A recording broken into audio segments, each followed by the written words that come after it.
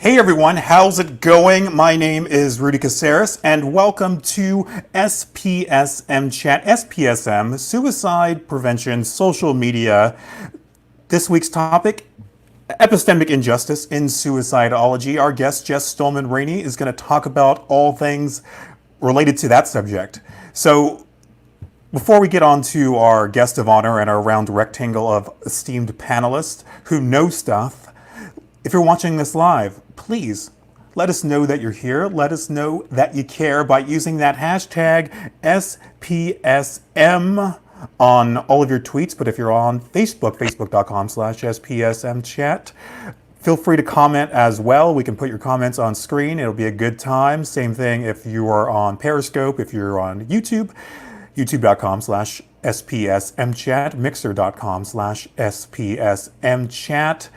And that's about it. So we hope to hear from you. We've got 4 questions coming up. And so just make sure to not only give you responses to those questions, but ask your own. We'll try to get to all of them here and there throughout the night. Thank you all so much for your support of SPSM Chat. Make sure that you support all these lovely people. Without further ado, let's get on to our, hey Nellie, how you doing? Hey Cheryl. I lied. I'm a sucker for people saying nice things to me. Oh, by the way, I'm Rudy Caceres, at Rudy Caceres on Twitter, also on Instagram, but I don't really post there as much as I should, and as harmful it is to my personal brand. I wish I can keep getting those emails wanting people to have me be an influence for them. Hey, Em, how you doing? Okay, so let's get on to our round rectangle of panelists. Without further ado, let's get on to our first panelist. Let's get on to Joel Shorts. Hello, how are you, Rudy? I am good. I'm glad to hear from you. I'm glad to hear from you. It's good to hear from you, Joel. Just give, for those who might just be joining us for the first time or didn't join last week, just give a brief walkthrough of who is Joel Shorts' ID. Sure, I'm a clinical psychologist with a private practice in Torrance called Total Spectrum Counseling.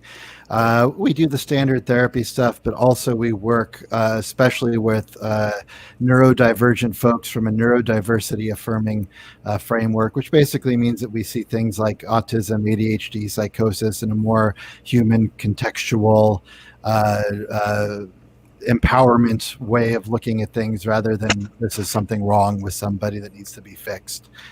It's much more humanistic, empowering, and it overlaps with what we're talking about today in a very exciting way.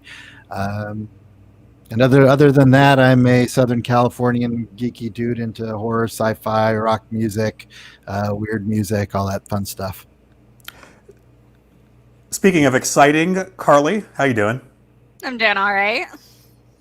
Cool. So just for people who might be joining us for the first time or weren't here last week, just give a brief introduction of yourself. Yep. I am a neurodivergent, non-abstinent person in recovery, a certified peer specialist, and drug decriminalization / legalization enthusiast. I'm currently involved in my state's initiatives to rectify the challenges brought on by a poison drug supply. And I am definitely enthusiastic about this next person, our guest of the hour, tell the whole world, the whole SPSM Chat rainforest, who is Jess Stohlmann-Rainey. Oh, rainforest now. I am an advocate and writer. I work in kind of the spaces of around social justice and lived experience at intersections around suicide and mental health and substance use. And I am really excited to be here to talk about one of my favorite topics, which is to talk about epistemic injustice and how that has influenced the way we think about suicide in our culture, and then the way that people who are experiencing suicidal thoughts are really able to support themselves and each other. And apparently it is, I guess, Mental Health Awareness Month in May, but here on here in SPSM Chat, it's fucking Jess Stohlmann-Rainey Month, because not only are we blessed to have you tonight you're going to come back in a couple of weeks with Desiree Al Stage, and you're going to shit talk unlike any other about Mental Health Awareness Month. There are going to be zero positive things said, and I'm here for it. Yeah, we're not fans. So I'll stay out of that tonight because we're going to do it another time. But yeah, and for those wondering why I'm using that hashtag mental health awareness, my hope is that there are people who are searching that hashtag and searching their way through the weeds who might not know the truth and the light that Jess has to offer, and they're clicking through on links and everything, and they stumble upon this, and then they see the light. Use the H word. What is the H word? Hope. Oh, okay, there we go. I thought you meant hi. Okay, there we go. So let's see if anyone is joining us on Twitter first off, and then we'll get on to our first question. Did I turn off that screen share? Awesome.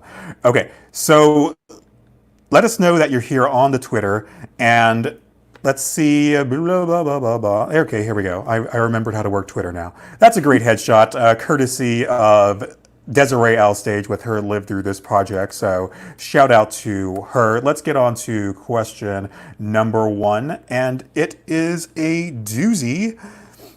What does Suicidology claim to know, and how did it come to know those things? Just before we get into this question, I think we owe it to our paying audience to break it down of what exactly is epistemic injustice. That's a great question. So epistemic injustice is a term that was coined, I think, or introduced in 2007 by Miranda Fricker. She wrote a book that's called Epistemic Injustice, so real easy to find.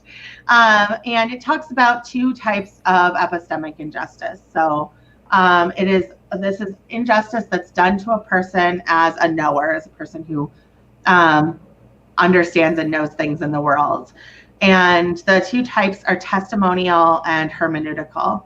So testimonial injustice is unfairness or something that happens related to trusting someone's word. And this is kind of the basis of all interventions that are coerced in the mental health world. So it comes from the space of believing that people who are having certain experiences are not credible reporters of their own experience and should not be able to make decisions for themselves. And then the other type is hermeneutical injustice. And it comes from a Greek word that means interpreter or pertaining to interpretation. And hermeneutical injustice is related to how people interpret their lives. So some of the ways that this shows up is in whether people are given access to information about what's been studied about them, or the things that are perceived to be known about them or their population. So some of the ways that might show up in the mental health field are things like not wanting to tell people about their diagnosis because they might read something that they don't like and it could be like harmful to treatment. Things like that are sort of spaces that we see that show up in, among others, including that people are historically excluded from our sort of cultural narrative about themselves. So most of the reports about people who have experienced suicidal thoughts or people who die by suicide, all of that is coming from people external to them and not from the population themselves. And let's get back to our question number 1. Okay, you want me to break it down? Do that one? Okay, cool. So some of the things that I think Suicidology claims to know is that people claim to know why people die by suicide. And we have some information about that, but not as much as we sort of claim to know. We claim that we know how to keep people from dying by suicide, despite lots and lots of evidence that we really haven't figured that out. And I think we claim to know a lot about the experience of having suicidal thoughts, although most of that experience that's been recorded is really from the perspective of people who treat suicide as from an illness lens. And I think that's one of the other things that we really claim is that there's a stronger connection between people's mental health experiences or mental illnesses, if that's the term you use to describe it. It's not the term I would use. That suicide is pathological. So it all is sort of rooted from this space of thinking about suicide as pathology. And it's only a pathology, though, if we are talking about suicide in certain contexts, right? Because we have, hundreds and hundreds of years of like white men philosophers thinking about and talking about life and death that we never pathologized in that way. So I think all those things are very, very complex in the way that we understand them. What say you, Joel Shorts? I can riff on this for an hour, but I won't because that's about how much time we have, and it's about the guest. Where do I start? I'm just riffing in my head on various things, thinking about the cultural messages about suicide and that aren't true, and how that influences the way that people look at suicidal ideation, even the way that therapists will overreact to suicidal ideation because of wrong messages that they've received or systemic issues that are based on bad information about suicide. I'll leave it at that. All right. What say you at the Junior is here? I would say Suicidology claims to know a lot of data, and as with any collection of data, you can pull a story from it. It doesn't tell the whole story. So I often think about like this deaths of despair that is getting thrown around, and we're like, oh, people are like really unhappy, that's why they're dying. And yes, but also there's no capturing like individual reasons within that data or within that title. We also claim to know like best practices for keeping people from wanting to die, I guess, is the best way, death prevention. And so we have all these ideas of like, oh, if we basically bubble wrap everything we say and all media and this person, then like they're not going to die, and we did it, and that's the best practice. When that doesn't actually take away like any of the root of the problem, or probably won't. There might be some people that affects in a way that keeps them from wanting to die by suicide. But I think anytime we're talking about best practices, that often we are making a really big assumption on people's lives, and they're also based off a lot, as Jess said, like a lot of research that is maybe a little shruggy face. Shruggy face research. I like hashtag shruggy face. So I like to think that as we go on, especially in the summer months, that your refrigerator gets more covered in cool stuff. It probably will. I, for the first time as an adult, bought magnets. I feel like magnets are just something that I've never wanted to spend money on. But now look. That's when you know that you've hit middle age, is when you're bragging about magnets. My All right. refrigerator has mostly Des and her kids, and then also this picture of sexy Willem Dafoe in Brooklyn. Oh man, that's like body of evidence era. Okay, so speaking of bodies, let's get on to our next suicidology question, and that would be question, it's all about me, so let's put it on me on screen. What are some potential conflicts of interest in suicide research? Let's get back to Jess Stohlmann-Rainey. Yeah, so there's so many of these, I don't even know where to start a little bit, but I think that there is so much investment in suicidology and the construction of suicide as a result from pathology that that basically everything that is researched is we determine the value of the research by looking at how much it upholds those ideas. So we've created this situation in which there's no space for people to do research that's different.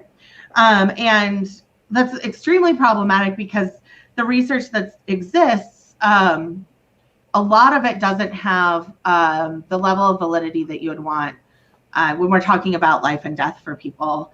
It also really narrows the scope of thinking about suicide to being a sort of Western psychological approach or lens. And there are so many ways that we can look at this. But when we narrow it down to that Western psychological lens, what ends up happening is that all of the problems of suicide are rooted in individuals, and we take out any discussions about power.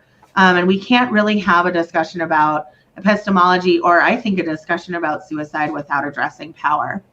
And I think this is even more true right now, I think, because these ideas about people who are suicidal being incapable of making decisions for themselves, being like not trusted as knowers, being inaccurate reporters of their experiences, is a pathway to being locked up in our culture. And right now, being locked up is more dangerous than ever because people are dying at pretty astronomical rates inside those settings where they're being held against their will.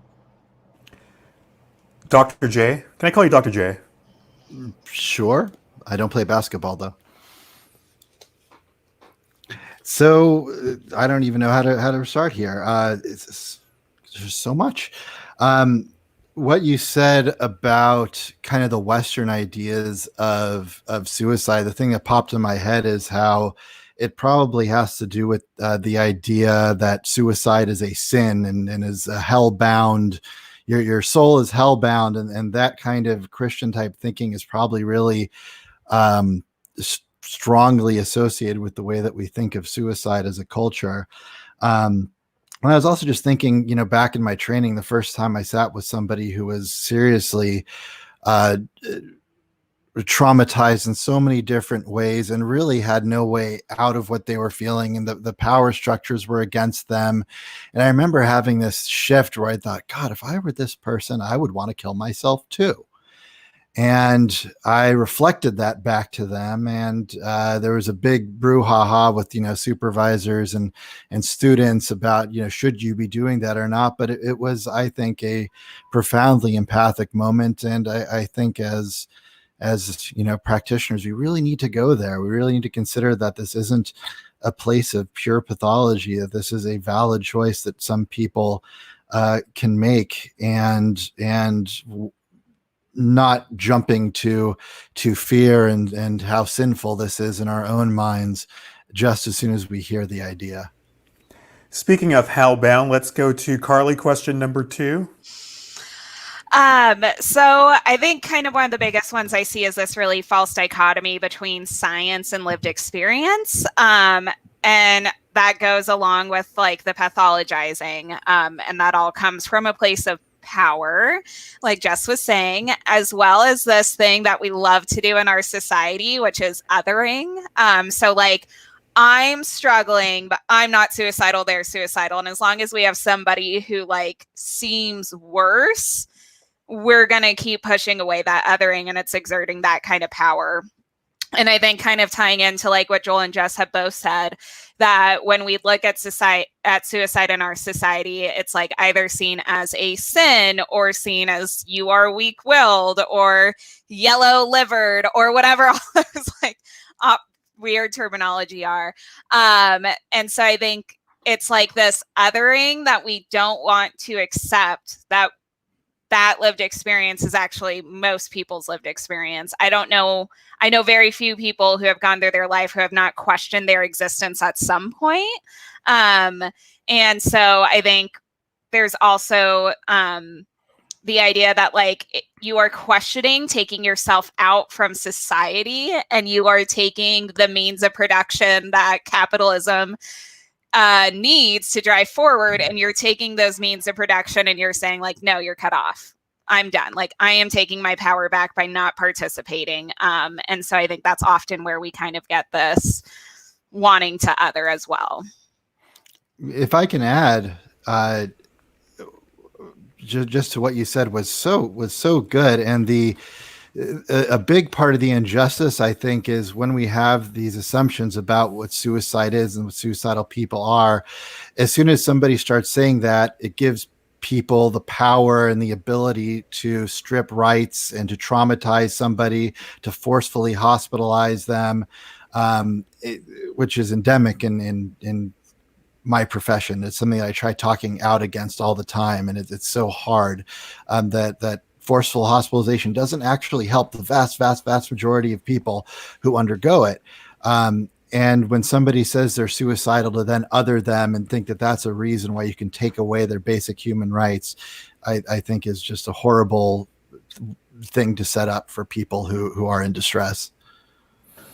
Right. Yes. As like right now we're doing, so we do that always in our society, we do that.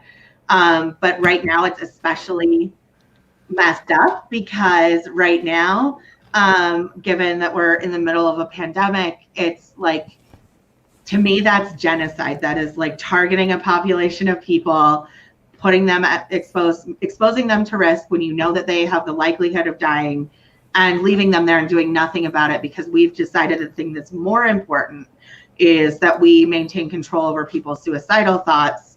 And it's fine if they end up dying in other ways, right? We're just really focusing on control. Controlling that population. And that's what genocide looks like. All right, let's get on to some comments and tweets while we have a few minutes extra time. Jonathan Singer says, suicide was illegal because people were property of the king. If you killed yourself, then you would destroy property that belonged to the king. RQ763, we actually did an episode about, not about specifically Islam, but we did one about Muslim communities with Melody Moisey, who's an awesome person. Go check that out. That was last year sometime. You'll figure it out. Okay, let's see if anyone is on the Twitter. Thank you, Jonathan. I appreciate you. Let's see if anyone is on the Twitter. Hopefully I don't embarrass myself by showing no one. Okay, Youth Mental Health Canada, do you all see this? Okay, there we go. So Youth Mental Health Canada says, in response to question, that's better. In response to question number 2, professional arrogance and lack of humility challenges ability to use hashtag lived experience as the guide, lead, and expertise in suicide knowledge and research, societal and systemic discrimination against people with hashtag mental illness, hashtag mental health disabilities lead to quote unquote, we know best. Bam, that's right. Yes, thank you, Bill Cork, for sharing as well. Okay, let's get on to... before I want to just do some little housekeeping before we get on. First off, let's put the topic on just in case people are just joining us. We're talking about epistemic injustice in suicidology. We are at SPSM Chat on Twitter. If you're watching on Mixer, I don't have my phone near me, so I'm not able to monitor the chat. But just know that I will go back and check later. So please, if you're asking questions or comments, do not feel like we're ignoring you. I will get back to you. So just check back in on the chat like in an hour or so to see if your comment got addressed. So I appreciate all of you. Thank you on mixer.com/SPSM Chat. I love it when people also comment on YouTube as well. And the best place to see all past episodes is by going to our website, spsmchat.com. The blog has already been updated today. I'm on a roll. I am no longer slacking off. I feel happy.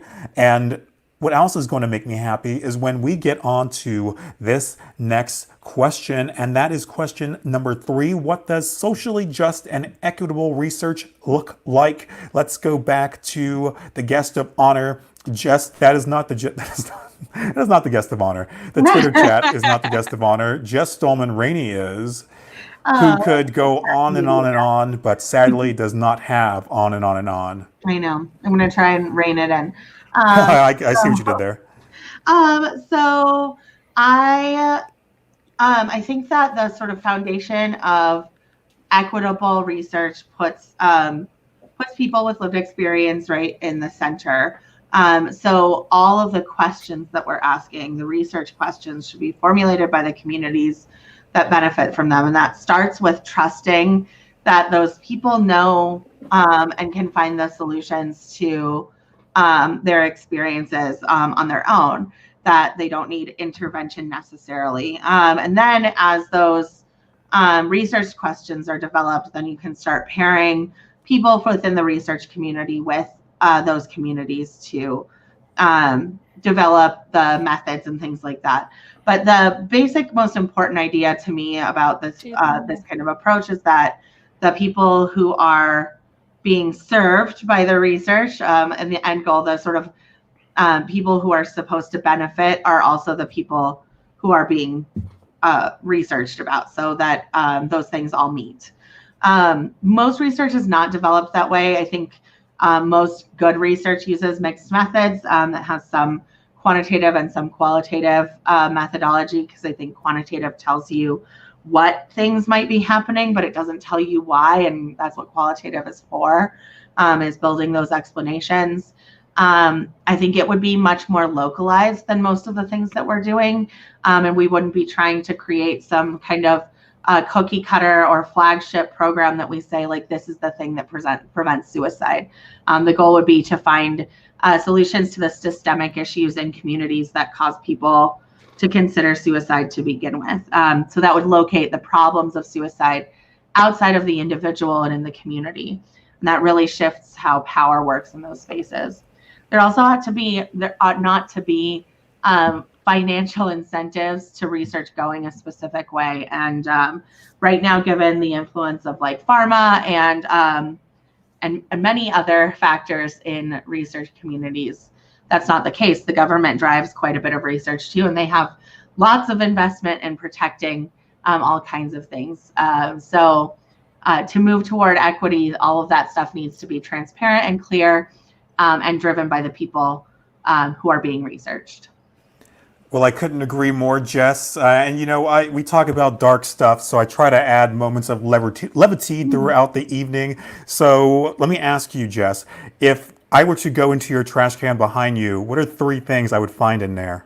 Oh, you would find, so my husband made ribs tonight, so you would find some rib bones and foil and barbecue sauce. Speaking of barbecue sauce, Joel Schwartz, your response to question number 3. I would love to know how that segue works in real life. I got my baby back. All right. So again, too many thoughts to do. The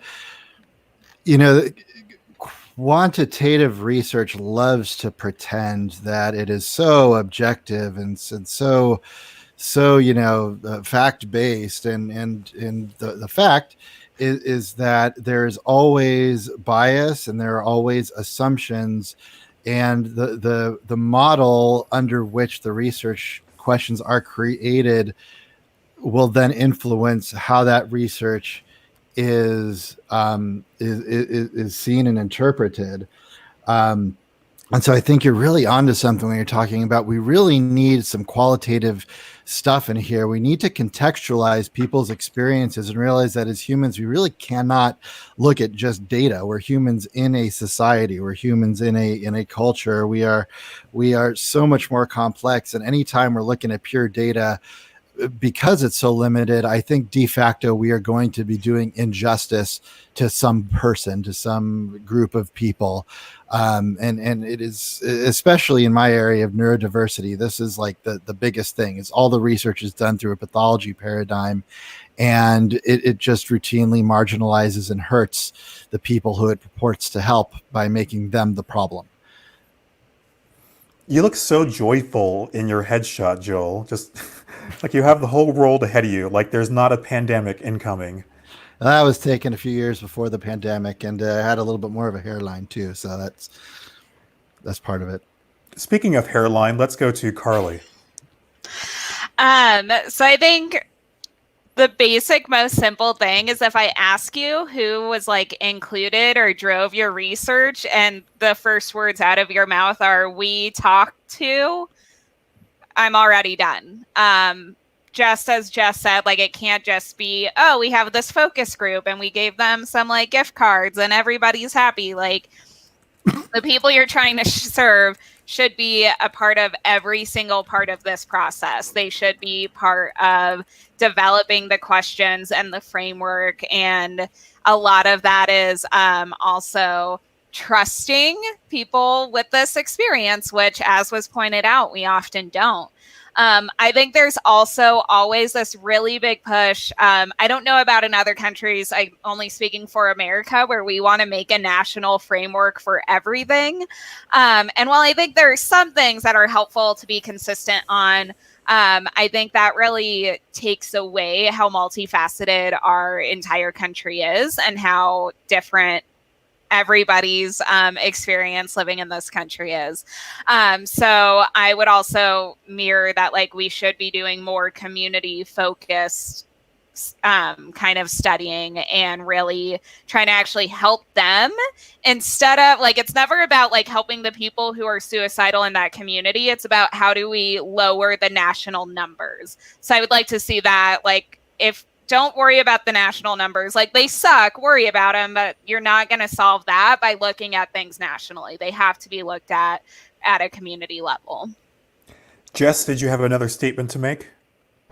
Yeah, I mean, I would go on forever, but I'm going to narrow it to my one more statement, which is that one of the ways that hermeneutical injustice shows up the most, I think, is in the denial of access to information about ourselves.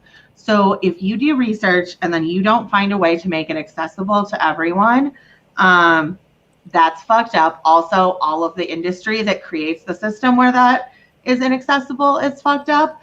But if we don't have a plan to get rid of the paywall or work around a paywall, and it's not being disseminated to the people that we are supposed to be serving or working alongside, then you have just created basically some like masturbatory paperwork for your friends to look at. And that's not justice, and it's bad research.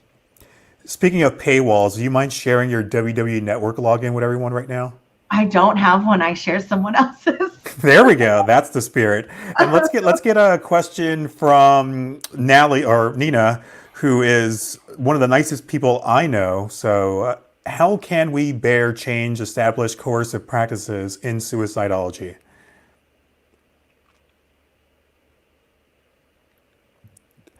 Is this for me? You want me to answer? Okay. Sure. You're the guest of honor. Yeah.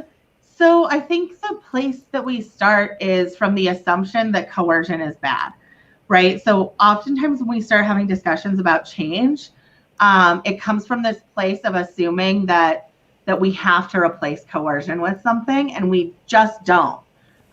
So when you take that off the table as an intervention, then you're going to try other things. And then you also have to recognize a point where your power ends, because that's really, I think, what's happening in these situations. I think having a discussion or having discussions and thinking about power is really, really critical to providing mental health support and suicide prevention specifically. So if we go into this work recognizing that there's a limit to the power that we have, that people make choices that we don't get to choose for them, and that the mechanisms that we've used for supporting are not supportive, then we won't try them, and we won't have to replace them with anything. We figure out other ways to support people the best that we can, and also recognize that there might be people who die because they want to. Can I add the fire banner for that, please? Yeah. There we go. Great. Thank you, Nina. And just so you know, if you're watching this on a watch party or someone shared it to you, if you want your question or comment to be seen, make sure to comment on the original video on the Facebook video. And let's move forward. Let's get on to question. Thanks, Jess. Let's move on to question number 4, the fourth and final question. Why is it important to diversity? Why is it important to diversity, who is seen as a knower and produces knowledge? I hate to call on you again and again, Jess, but that's why you took on the challenge. Wait, I was trying to respond to people on Twitter because I thought it was going on to someone else. Say it again. There you go. Why is it got important? it. There we go. Perfect. I was like, I know this one, but I can't remember. So, yeah. So I think when we think about more people as knowers or producers of knowledge in our field, instead of assuming that everything needs to come out of an ivory tower, or that things need to be produced by well-established research, then we start to have a lot more dialogue, and it holds people more accountable. So if only people who are believing the same things about each other or about the work are talking to each other, then there's no room for us to grow. That's also part of how power is maintained. So part of the way we start to see balancing of power happen is by more people being seen as experts in this work, and the expertise can come from experience, or can it come from understanding that you've built through other mechanisms like research and reading and speaking with. So all of those places can become good sources of knowledge instead of narrowing it to come from one specific space. Joel? I don't know if I have much to add. That was great. One thing, if I could respond to your previous point about the limits of power, an important discussion, I think, among anybody who goes into the psychotherapeutic profession and works with people who are experiencing these, is that a lot of us enter into this profession because we were parented with poor boundaries, and we were led to believe that we have more power than we should, or the opposite. We lost somebody, or we had a disruption in our lives where we have this unconscious urge to fix something that we couldn't as kids.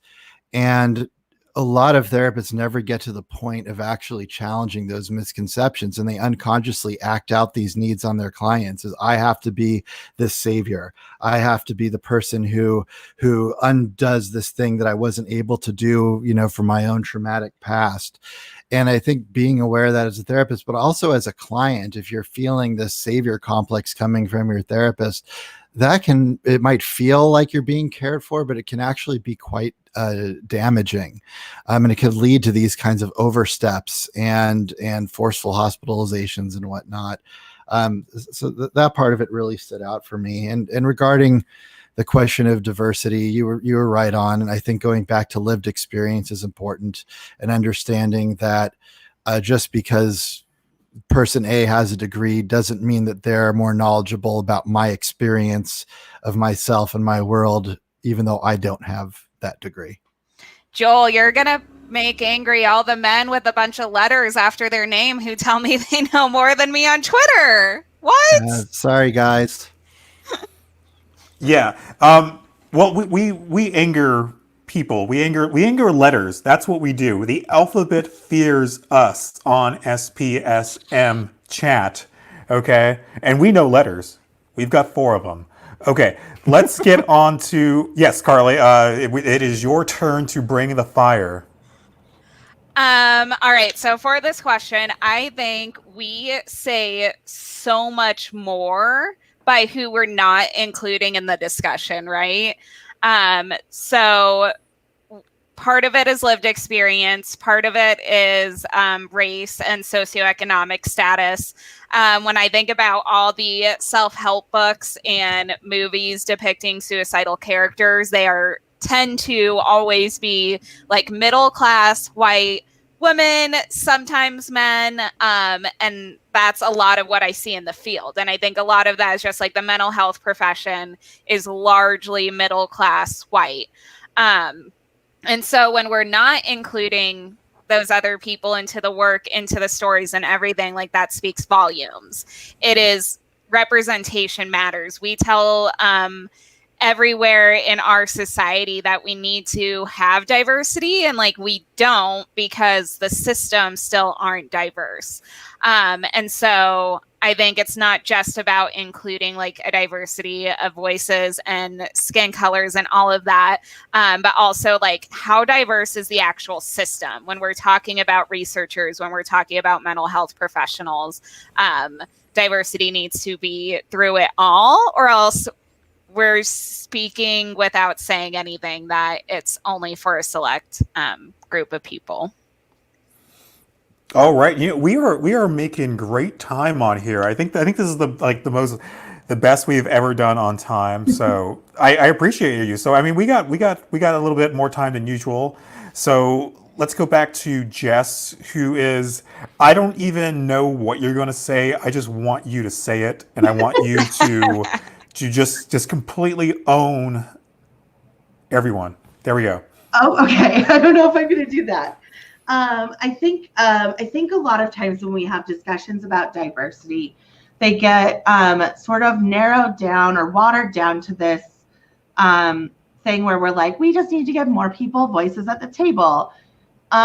So that's cute and nice and like sometimes better than other ways that we have operated. But like getting a seat at the table doesn't mean that when you speak it matters. Getting a seat at the table means that you have to go to the table. And what if the table is really shitty or you don't want to eat there? Or you don't want to speak there, or you don't want to hang out with those people because they're people who have harmed you historically. So there's this whole idea of like, oh, we just need to like sprinkle in some lived experience, or like, let's get a Black person to come and talk about this with us. And that's not what diversity means. Like, well, I guess it might be what diversity means, but it's not what justice means. And so like justice, and that's why I kind of, shift toward using that terminology. Justice brings this awareness about power, and then is actively working to destabilize those relationships of power, both in the practice of whatever it's doing, and then also in working to undo the harm that systems cause.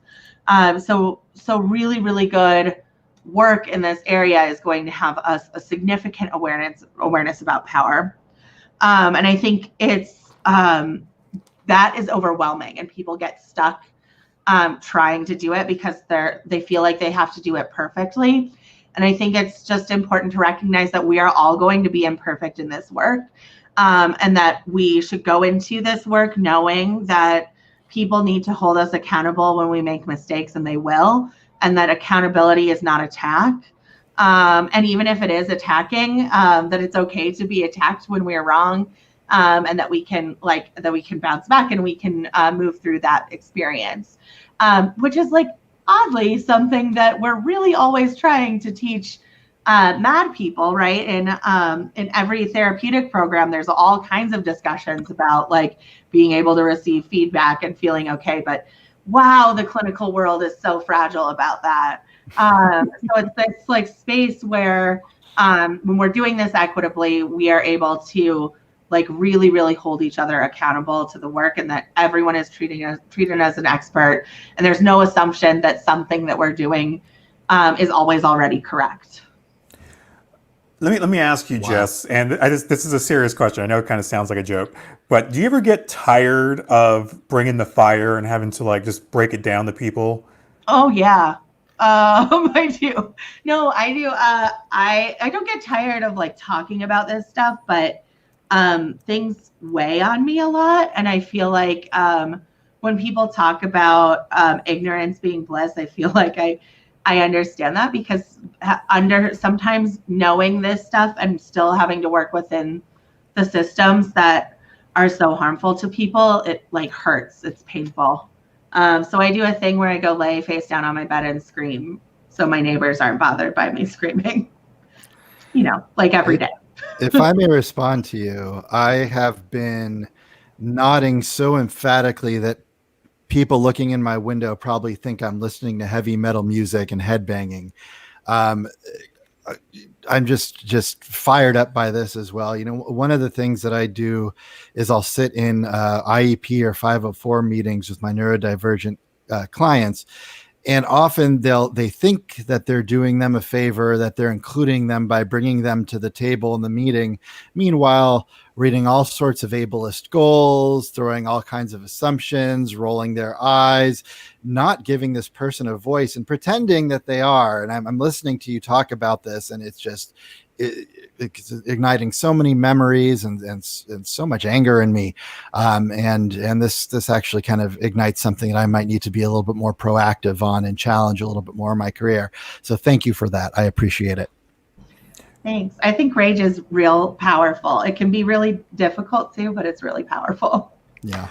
All right, let's get on to my favorite time of the show. Actually, they're all my favorite times, as cliche as that sound. It is final thoughts. Let's go to Joel first, and then we'll go to Carly, and then we'll end with Jess. God, I going back to the ribs, this has just been one delicious discussion, and I want to gnaw on it more until there's nothing left but that is weird of barbecue sauce. It might be weird, but it's a beautiful analogy. And just thank you to our guest, and thank you, Rudy, for bringing this discussion. It was so important and so enlightening, I think. Awesome. Anything else going on in the world of Joel Shorts this week?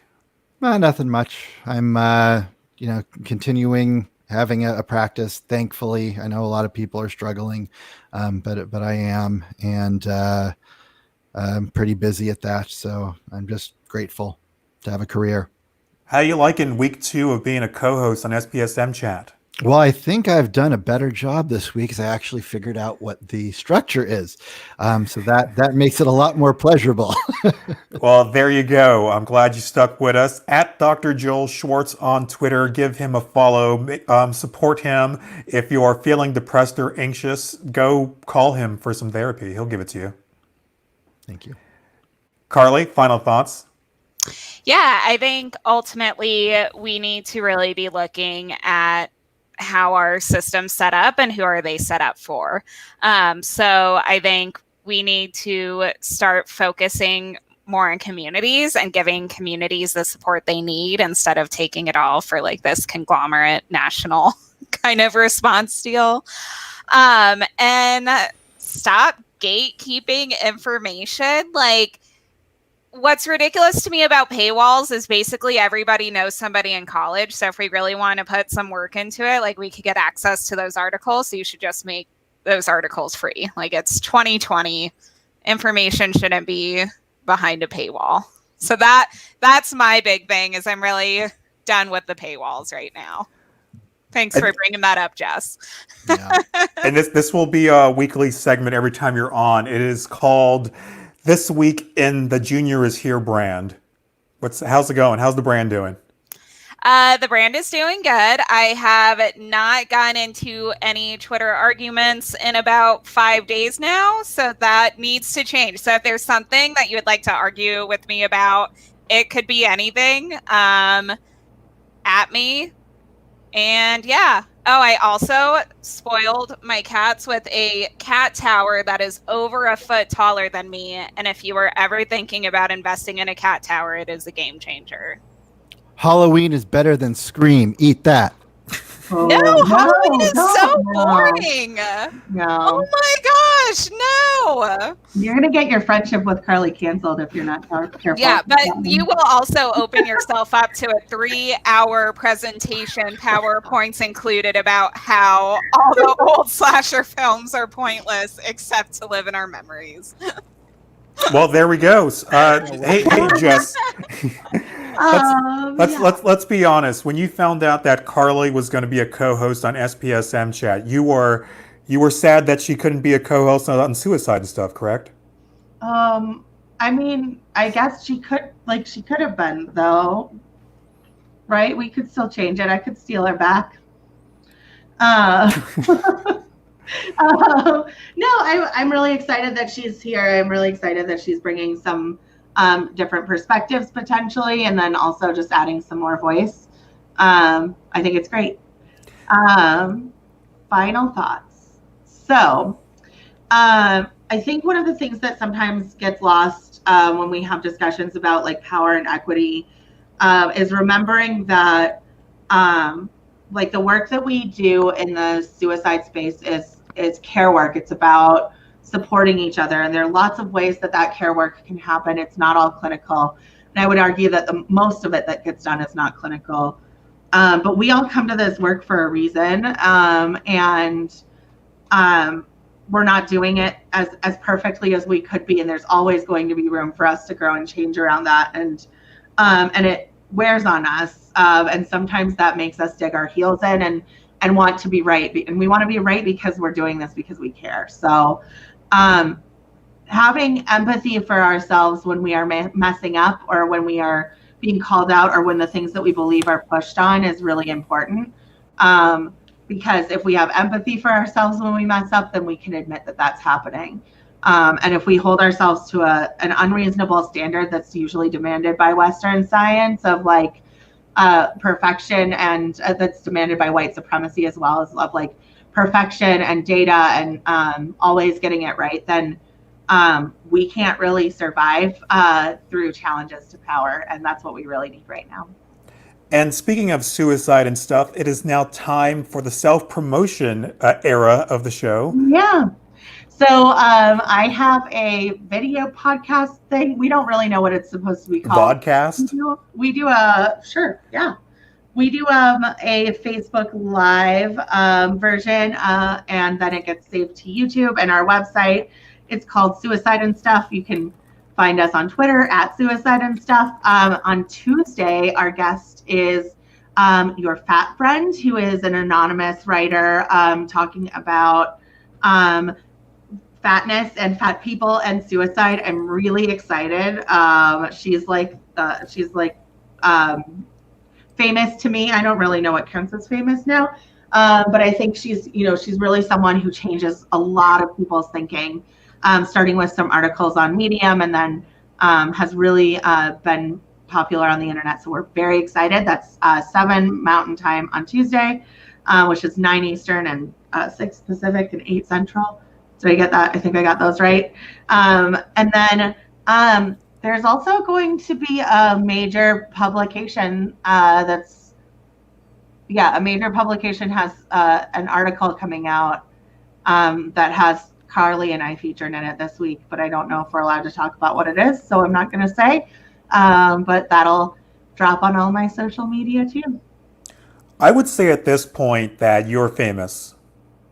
Oh, I don't think so. Well, what would happen if you open up the publication and only Carly's in it? What would happen? Yeah. I think it would be great for Carly. It would be a very weird. Given what I know about this, it would be very weird, but not weird that Carly. It's actually just Marty and me, and it's Marty and my friendship through the years and how close we were. I would also like that. I would like to read that article. That is the entire article. Okay. Yes, my dog who died is also going to be in the article. So. Oh, awesome. And Des and Leia, there's a bunch of people. My sister, it's going to be really cool. How much is the paywall? I don't think there is one. Oh, well, there we go. Right. That's awesome. Yeah, okay. And I won't leave it behind a paywall for sure. So. Yes, that's what I appreciate about you, Jess. Thank you so much, Jess Stohlmann-Rainey. Let's give her a round of applause. You're going to be back here in 2 weeks, and we're going to be back here next Sunday, 6 p.m. Pacific, 9 p.m. Eastern Time, 7 p.m. Mountain Time. Got to get used to that.